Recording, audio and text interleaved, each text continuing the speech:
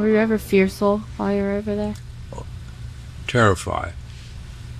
Believe me, so anybody that tells you they weren't scared, I was only 19, 20 years old, whatever I was at the time.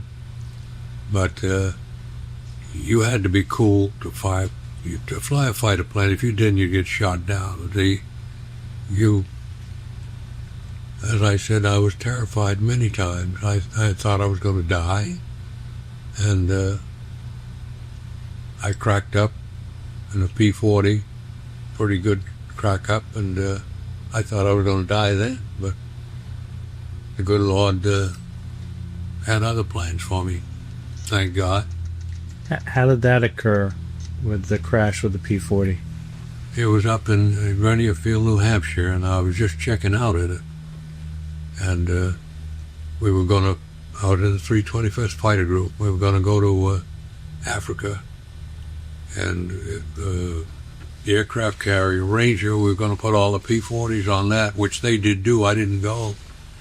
And they took off aircraft carrier Ranger with P-40s, which was the first time of anything like that ever happened.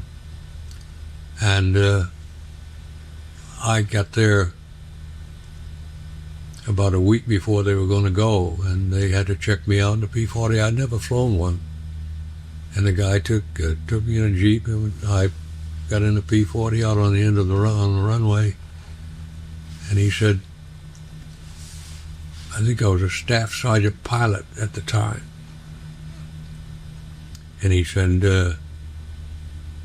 Bill, he said, don't make any turns under 140 miles an hour. And that's about all he said to me, and I took off. I made a good takeoff.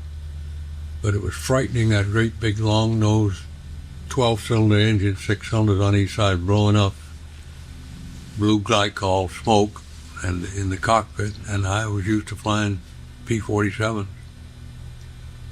And I took off, come in for a landing, and I come in too fast.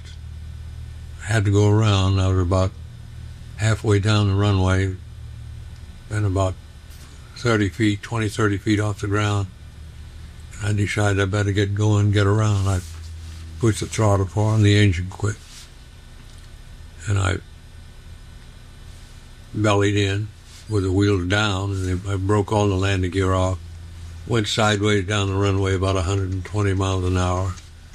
And at the end of the runway, they were doing construction work, and there was 2 guys in the truck right in the middle of that construction work, and they saw me coming, and I'm certain that they never opened the doors. They just flew out the doors and all, where they saw that P-40 coming on.